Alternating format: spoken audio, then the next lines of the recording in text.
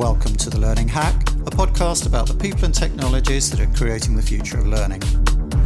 I'm John Helmer. Now guess what? Learning is cool. Learning is cool. Learning is cool. I'm a big fan of video learning. I used it to learn editing when I set up this podcast. And recently I came across a great tool that helps you make instructional videos really quickly and easily. It's called Powtoon.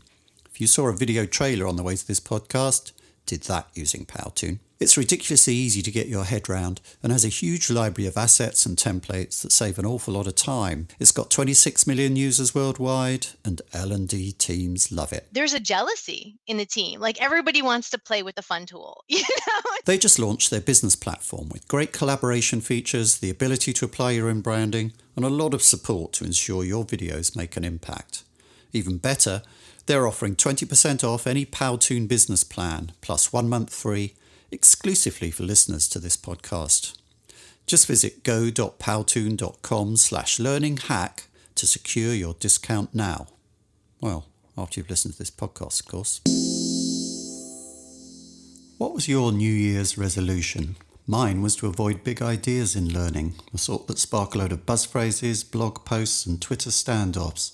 But as I began compiling topics for the upcoming season, I worried that I was falling back into old ways. So I contacted Myles Runham. I wanted us to throw some big ideas against the wall and see if they shattered into tiny useless pieces or held together. Myles was just the guy, with his intimate knowledge of L&D gained through consulting work and senior posts at Ask.com and the BBC, and we had a really great discussion. Among other things, we covered the need for L&D to be more data-driven, learning experience design, and learning in the flow of work. But first of all, I asked him whether he'd broken any of his own New Year's resolutions yet.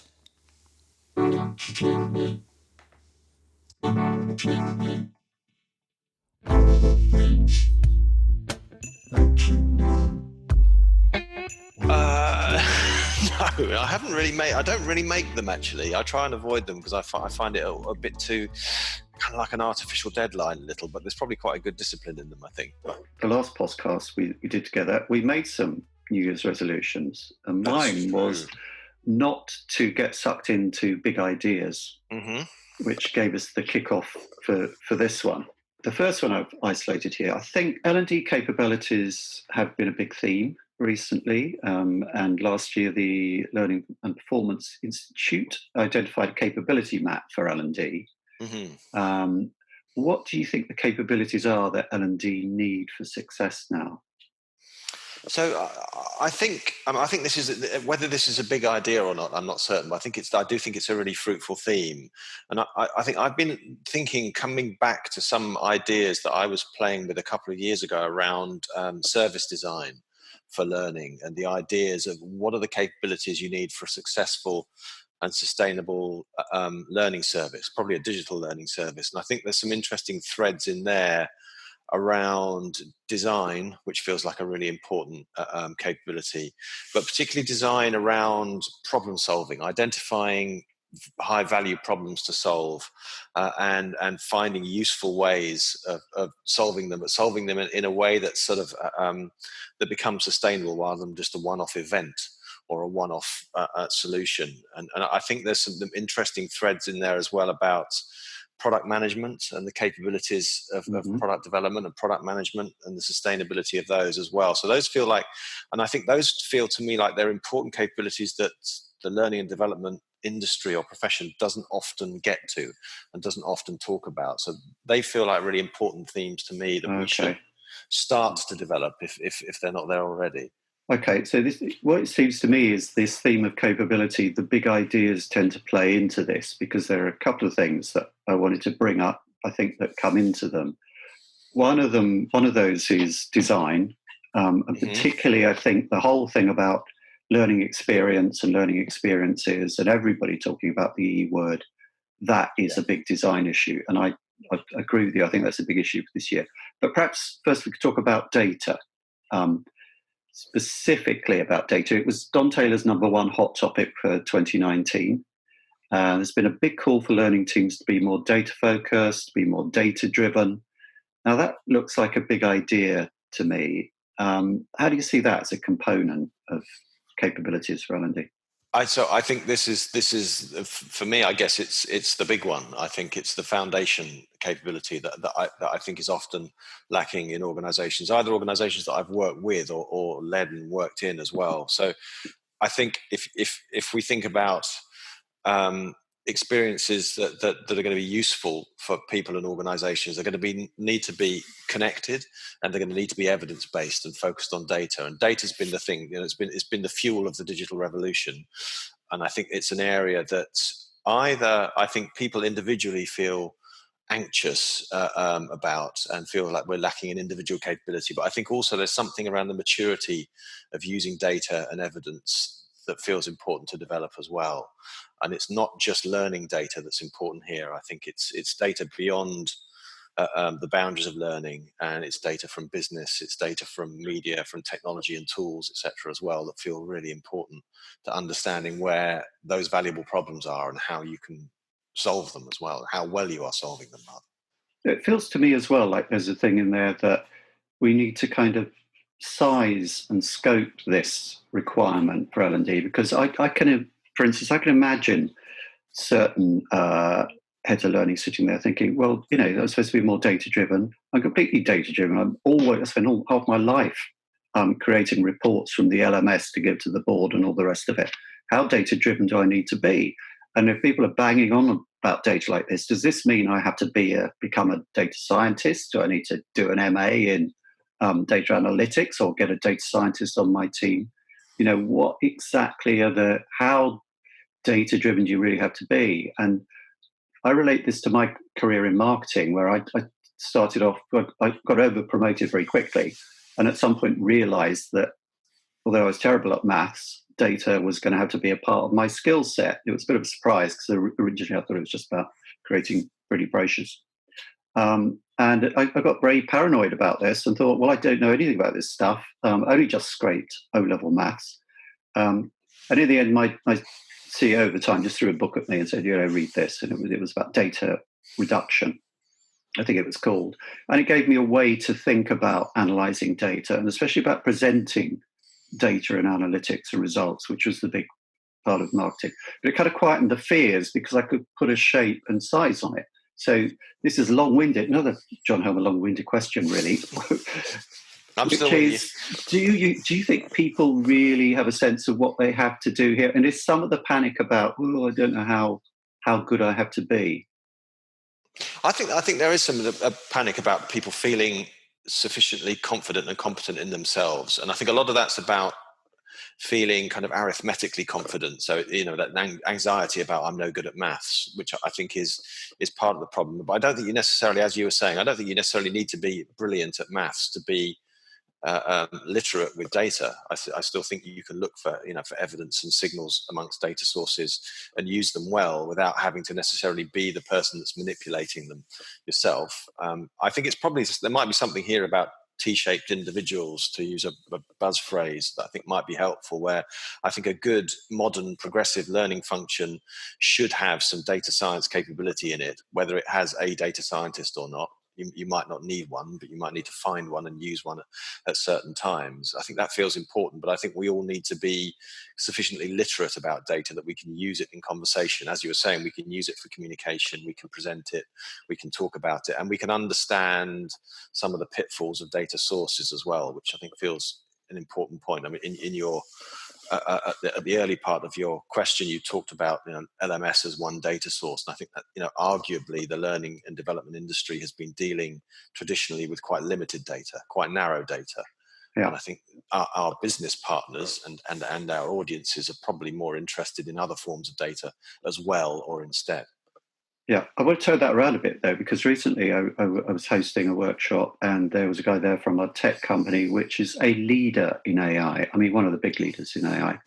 And he was head of learning there, and he had done a big data analysis exercise with the use of some of the best AI data scientists going on all their data, because they were looking for correlations between what correlated in terms of training activity with really good performance improvements.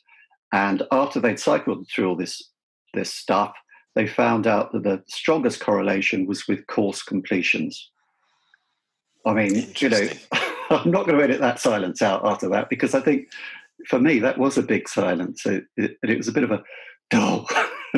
Yeah. You can get as kind of, if getting really data literate is suddenly going to throw you back to something really obvious like that. That's But I guess it may be as well in lots of organizations, I suppose, we don't necessarily have to hand or have in a tidy manner a lot of data sources that might be really usefully descriptive in that context. So one of the few inputs we have around that challenge is traditional learning data, so that that gives you the correlation. It may be that people who'd completed the courses were also doing a number of other things because they're enthusiastic and engaged.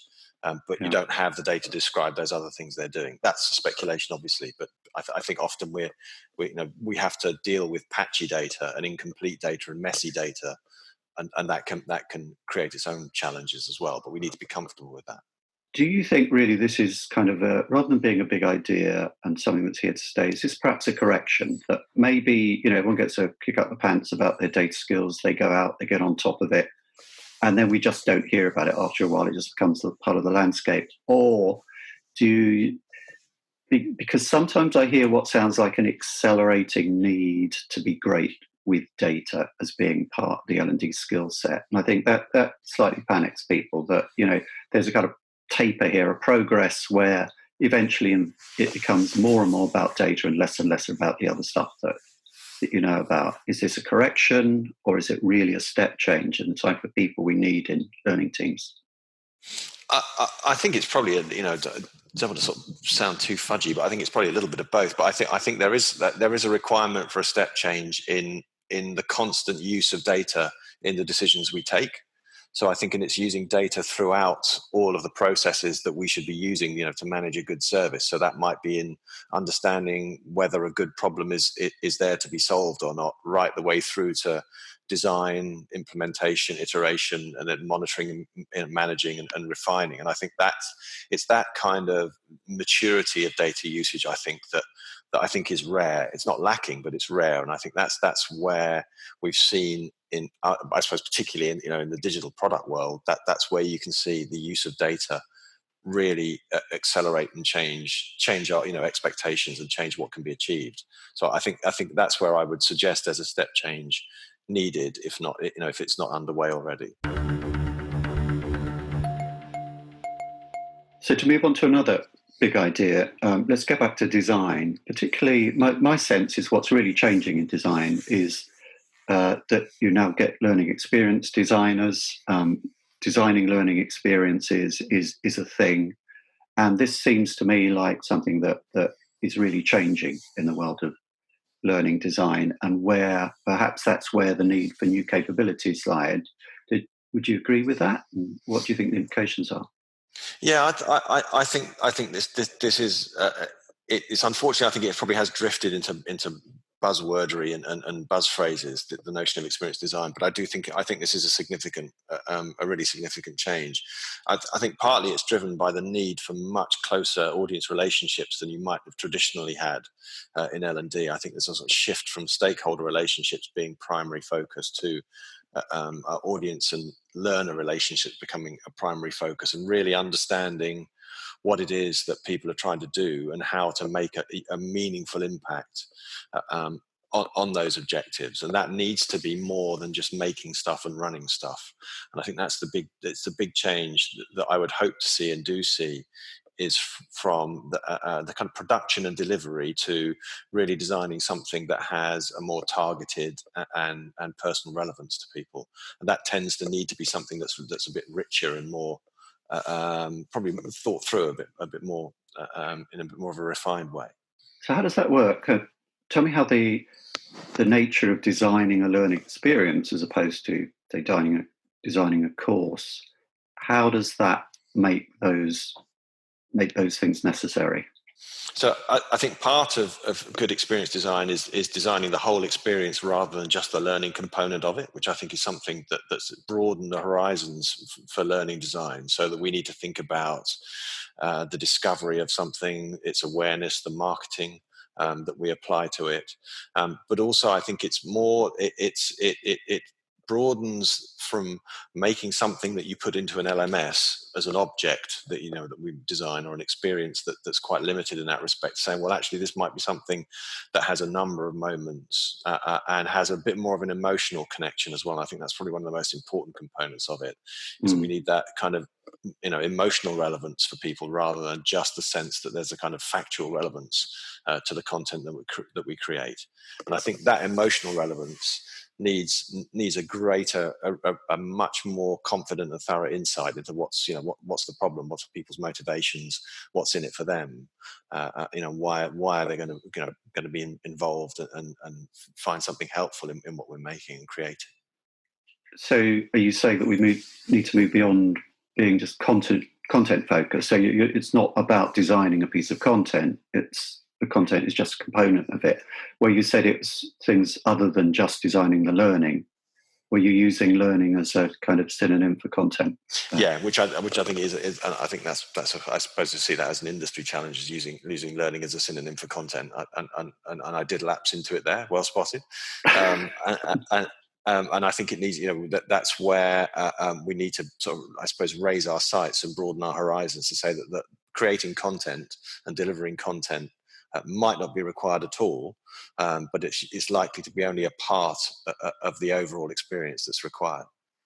Okay, and how big a challenge is that in terms of skills for learning teams, you think? I immediately think vendor side, and I think of the I get a mental picture of the learning designers I know within companies that I've worked with, and how this might change for them. But it's not a problem, because there's a load of motion graphics people in there. There's people from kind of marketing comms backgrounds. But particularly looking at skills of learning teams within organizations, which you know a lot more about than I do, how big a challenge is that?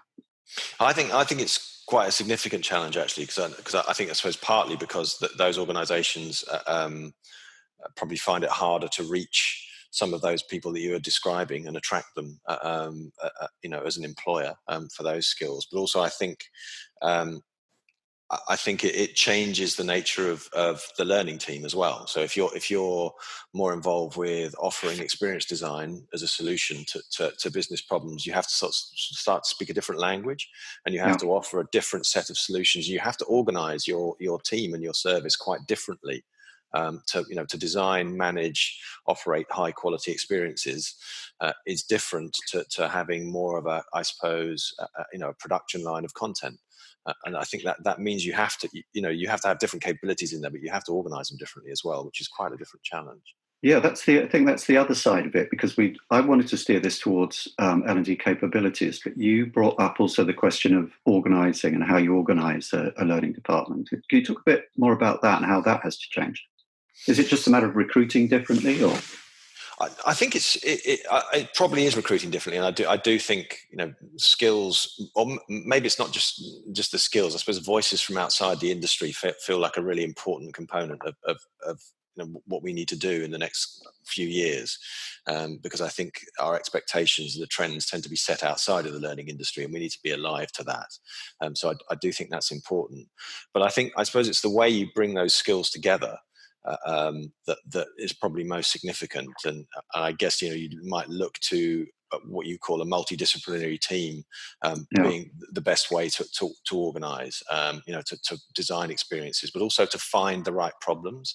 That's where you'd want to bring together data scientists with designers, with marketing people, with content creatives and producers, with the right kind of performance consultant or problem consultants, to make sure you're focusing on the right things, but also that everybody's focused on doing it in the most useful way.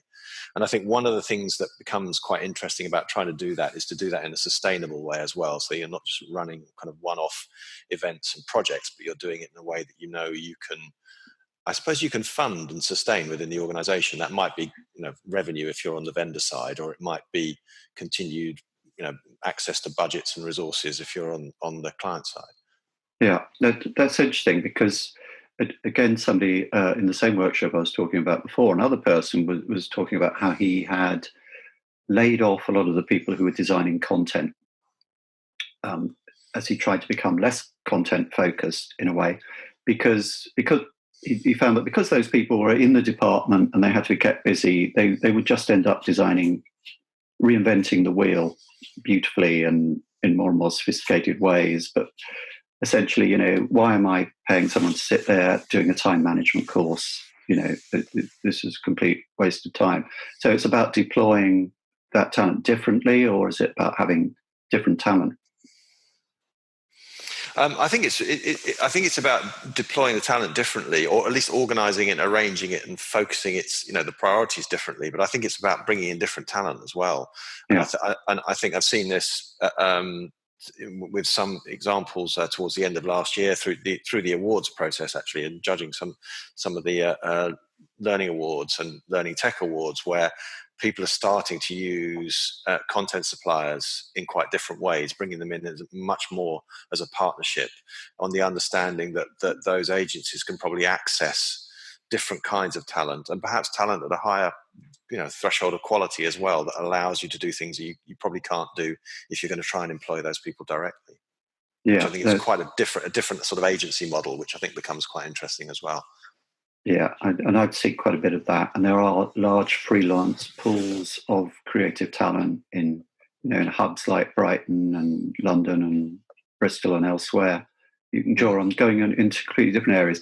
This is really interesting for me because I think one of the next, I'm not sure if it's the next podcast, but certainly in the next 2 or 3, I'm going to be talking to a couple of learning designers who work in areas where they're designing non-standard stuff, like VR experiences, for instance, and designing video learning and so on. So I'm interested in seeing how that kind of craft is developing. And basically, I'm using this podcast, Myles, to stress test on my future programmer. Putting a learning management system in place is only half the battle. In some ways, it's the easiest part. Getting your people engaged with the LMS, knowing whether it's actually driving results, that's tough. And with providers locked into their roadmaps, who can you get to help you with custom portals, gamification, out-of-the-box reports, and all those changes you need done yesterday to make your LMS truly yours? Earthly Systems provide expert customization services for LMS. They'll make a rapid response that drives maximum value from your investment, with any functionality they add easily configurable by non-technical staff. And exclusively for listeners to this podcast, Earthly are offering a 25% discount on your first project. Go to earthlysystems.com now and quote the words "learning hack" when you enter your details on the contact page. Earthly helps make the learning land. How's that for a cheesy tagline? You mentioned product design, which hadn't popped into my noggin at all about this, but do you want to speak a bit more about that? Yeah, this is, I suppose, this is something that I saw in my days in the search engine industry, and then working at the BBC, both in BBC Interactive areas, but also at the Academy, where there was a kind of quite reasonably well established product management and product development function, and the notion of a product manager was really crucial to all the digital teams. The product manager is someone who is very well versed in the business and what the business needs, understands technology well, but doesn't necessarily need to be a developer, but knows what technology can and can't do and what you should and should point it at. And also is very, very good on the audience and user side. And it's kind of the ringmaster of the product team to bring those 3 sets of understanding together to focus on solving problems. Yeah. Solving problems well for the audience and for the business. And I think that it feels to me like a really, really important role or capability, or maybe it's a mindset. You don't necessarily have to have a product manager, but I think in the digital context for L&D, I think it feels like a really, really important way of looking at what needs to be done and understanding what the priorities are. And I've missed that a lot since my time at the BBC. Actually, I haven't seen many people working in that way, and I haven't seen many teams focusing in that way. I think I've starting to see it on the vendor side in the last 12, 18 months or so, but less so on the sort of in the organizational side, I think. Yeah, my experience on the vendor side is that actually there's only ever been one product manager that really even wanted to talk to me as the marketing person. Okay. But actually that relationship, and particularly I'll name names, Duncan Barrett at Saba, where Lumessa's was, that relationship was great. We spent a lot of time talking to each other in quite unfocused discussions that became more and more focused around particular product ideas, but they were really interesting discussions. And I miss doing that. And I began to realize how important that is. So, yeah, I kind of see that that's big. Is there a big idea we can relate that to, or do we maybe not have to? It's just a good thing to do. Well, I think it's a good thing to do. And I think, it's possibly not a big idea because it's such common sort of parlance and a common theme in digital, successful digital businesses. It's more that I think it feels to me like an obvious idea to steal and apply. I think it's possibly a bit too old hat to be a big idea, but it feels like, maybe it's a big theft to encourage. But we'll have to think of some kind of buzz phrase to repackage it, and then it can become an idea. This is often what happens. See, this is why I was asking questions about learning experience. I'm very interested in this learning experience thing, and I just really want to be sure that it is a real thing. It probably is, and I think there's some interesting themes you can see, in the entertainment industry and in retail now as well, where this notion of authentic, meaningful experiences is becoming a kind of an important differentiator. And so for retail, it feels like something that's, feels like a bit of a survival mechanism for some as well. Yeah. So I think I think that gives it more momentum as well. And a lot of that is about actually, it's not really about the content there. It's about the audience relationship and what you can do to foster and sustain those meaningful relationships. One of the things I find confusing about it is that I think there are 3 levels of granularity that people use the term learning experience on. People will talk about designing a learning experience, which could be a workshop or a video or whatever. Then the kind of medium level of granularity, they'll talk about a learning experience, which is really a piece of blended learning that brings various different media and modalities together. So, you might start with a workshop, you might have a video, maybe some self-study, maybe an assessment in there at some point. And this is orchestrated as a learning experience. And I'm definitely sure I've heard people talking in those terms. And then at the kind of top level of granularity, there is the learner experience, which really more refers to how is something like the brand experience, like the Nike experience. What is your experience of learning as an individual within this organization? And I find that people seem to flip a bit seamlessly between those 3, and perhaps that's where some of my confusion is. Yeah, I think so. I think we do tend to sort of run through those different levels without even noticing, perhaps, or certainly without signaling it. And I think that 3rd level starts to get into this theme of learning culture as well, which becomes is extremely valuable and very, very hard to influence. I think that that's probably much harder territory to apply ourselves to, because there's a lot there that's outside of the remit and authority of the learning function with a capital L. That's about leadership, culture, behaviors, and all of those, manifold signals in an organization that are really hard for us to get our arms around, but are very, very powerful.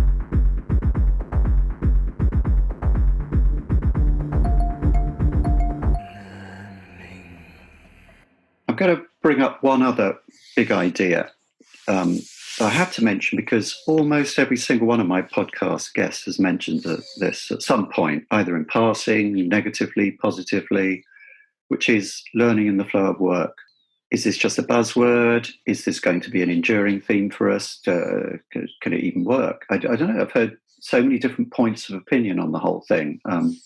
I'd really love to hear what your take on that is. Yeah, I suppose I used to be a real, I suppose something of a fundamentalist about this, and think this was just obviously something that everybody should do. But I think what I was thinking about then was the distribution of learning content closer to the point of work, which I think is a really sensible and obvious thing to do. If we're talking about making learning stuff, which is, let's say it's video and audio and text, making learning media. getting that closer to the point of need and the point of work felt like a really obvious point, and should be done. But I think then it becomes a bit of a sort of technology and distribution problem, and arguably isn't necessarily the role of L&D anyway. So I think there's a bit of a risk there, and I've become a bit more ambivalent about this idea of learning in the flow of work more recently. I think one of the challenges is that actually, when we're working, we don't really necessarily want to learn, we want to work. So I think putting learning into the flow of work could be, there's a risk there of it being an interruption to work. So I think you need to have, it's probably not learning that anybody wants in the flow of work. What they want is solutions to problems that are right at hand in the tools that they work with. And actually that might not be a learning function, that might be something else, and that might be more sort of operations and IT, perhaps lending itself to that. I don't know. I'm slightly thinking out loud here, John. I'm not definitive on this one. It's sort of, I suppose it's bothering me at the moment. I think there's another issue is when we want to learn something new, then actually we don't want to do that in the flow of work at all. We probably want to go outside of the flow of work, spend some time in a safe space, maybe being inspired and challenged, find our way, find our feet, become a bit more confident and expert, and then come back to the work as well. So I think there's a lot of sort of, I suppose, a lot of solutions packaged up into this idea of learning in the workflow that we need to be quite careful about, I think. Yeah, and to your point about content, I remember David Perring saying that really one of the easiest problems to solve in learning is content, and that's why we spend so much time trying to solve it. I have heard several people that say that learning in the flow of work should not just be about throwing content at people in ever more granular and immediate ways, because, as you say, there's danger of interruption. Yeah, and I think there's a danger of irrelevance as well. You need to be quite really confident that you're targeting the point of need well and the person well, and you need to know with a great deal of confidence that what you're targeting them with is actually genuinely helpful as well, rather than just thinking it's helpful. I'm not sure that we're kind of thinking that through well. I think there is, as you said, it's dangerously easy to make content in the digital world, and we tend to fulfill that impulse. It's dangerously easy as well to overestimate the sophistication of technology when it comes to second guessing your needs. I mean, every so often this does happen. The thing falls under your hand because of an algorithm that you absolutely wanted at that moment. But that is really quite rare compared to the number of times in a day when you're needlessly and irritatingly interrupted by technology, which is trying to second guess what you want. And then another layer of advertising, which is doing that, largely for its own purposes. And again, so there's a lot of frustration, interruption. But I think this is perhaps to do with our overestimating the power of AI. Yeah, well, and also overestimating the data that AI needs to run on as well to be, to target and trigger with sufficient accuracy, I think. What big ideas do you think we should avoid getting sucked in by in 2020? Is there anything you see coming at us that you think is going to be a massive distraction? I suppose I'm getting a bit nervous about, beg your pardon, a bit nervous about putting learning into everything, which might sound a bit perverse from for someone in my position on your podcast. But I think we tend to think about learning design, learning data, learning experiences, learning technologies, etc., and separate. And I think there's something there about the danger of separating what we're trying to do from the way people work and the way people want to work. And I think we probably have to be a little bit alive to that, to sort of specializing too much in learning in a sense, and separating from what's most useful and relevant. I think that feels to me like a risk. I think with I don't think it's necessarily a risk of a big idea. I think it's a risk of sort of continuation of something of the learning industry talking too much to itself and not talking beyond its boundaries, perhaps. Perhaps learning itself has become a big idea since it stopped being training, and the idea of the learning organization. Perhaps there's slightly a thing about it as well that it's like technology. You call it technology until it actually starts working, and then it just becomes normal life. So technology is stuff that doesn't work. Perhaps there's a similar thing with the L word, with learning, that when it's actually working, you stop thinking about it as learning. Yeah, and I think I suppose as a counter to that, I guess there is this, that one of the big challenges that everyone's facing, certainly if not immediately, but in the medium term, is a skills crisis. I guess that, and that's either caused by technology or caused by our kind of lack of understanding of how of the impact it's making. I think that might be a counter to that is perhaps it's more to focus on understanding how we can maximize our performance and our value in the workplace, and in the I guess in the work market. That feels like a more useful thing to do than necessarily to kind of continue focusing on the capital L learning and the technologies and tools that that we've traditionally looked to. And that's perhaps it's back more to that understanding what are the human problems that we want to try and solve, that are really valuable to people as they approach the changing world of work. Something else I hear just occurred to me from you mentioning it is performance. I increasingly hear people talking about performance where you might normally say learning, or coming up with ideas of learning that really foreground performance as being the most important thing. So that starts to feel like a bit of a big idea to me, that what we should really be focused on is not learning, but on performance and outcomes. Do you think there's a danger in that? Do you think? No, I think it's a sound. I think it's a strong idea, and I think you can start to see a shift in that. And some of the work I've done with clients in the last couple of years has definitely focused on that theme. That understanding the performance problem becomes the first thing that you need to do, and applying your resources to a valuable performance problem to solve is what we should focus on. I think the hardest part of it is actually that often from a learning and development team's point of view, you might actually end up making nothing and saying this isn't a problem for us, because the real problem isn't we need to create a curriculum and create events and content to fulfill that curriculum. What we might need to do is change leadership, work on culture, change processes and policy, etc., which become a broader question to answer in the organization. So I think there's some challenges there, but I do think I think the focus on performance is the right thing to do, and it will take then our questions and our resources. I guess we'll focus them hopefully more clearly on what's most valuable, rather than what is being most requested, which isn't always what's most valuable.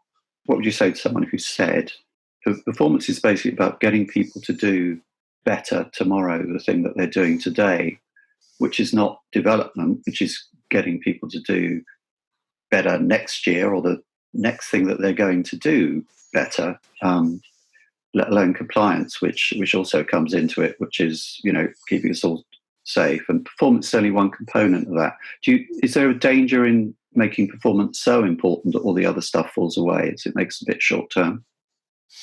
Well, I suppose if you think of performance as trying to, I suppose I would think that trying to understand where performance challenges are most important is at the root of it. And I think if you can focus on those most valuable performance challenges, actually then you should be confident that you can, whether you call it performance or development, that you're focusing on the right thing. And that could be fixing a current problem, or it might be understanding where capabilities need to shift or be added, in the near or longer term, which you were, I suppose, classifying as development.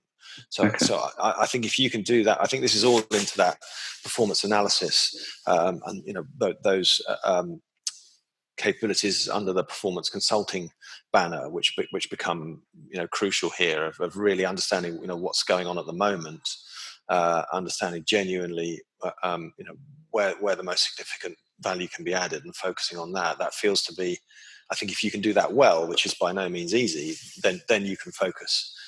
You can be less worried about that distinction. Performance support was a big idea maybe about 10, 15 years ago. Yeah. Is it something we don't talk about anymore because we've done it, we've nailed it, and it now works, so we don't talk about it? Or is it we're just talking about it in different ways? I think performance support's become what we now call learning in the flow of work. Okay.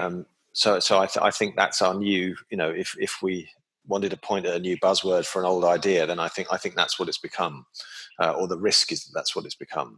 Okay. I think genuinely solving problems in the flow of work, as we were talking about, isn't necessarily what performance support started out as, but I think that's where the focus has shifted, or that's what we now call it. This has been a really interesting discussion about big ideas. Thanks a lot for helping me to do it. I feel in a way we just scratched the surface and there's more to say about this. Thank you very much, John. You're welcome. That's all on the Learning Hack podcast for this time. Thanks to Myles Runham, to our sponsors Earthly Systems and Powtoon, and to all our listeners in 46 countries around the world. The Learning Hack is completely independent and transparently funded by sponsorship. So if you're keen to see it continue in the future, please make sure to like and subscribe. And if you want to help other people find us as well, please give us a 5-star rating on iTunes or your platform of choice. You can reach me at John Helmer on Twitter or through my website, johnhelmerconsulting.com. Next time on The Learning Hack, I'll be talking to Sophie Costin and Tom Hickmore about extreme learning design. So until then, bye. Now I finally get it.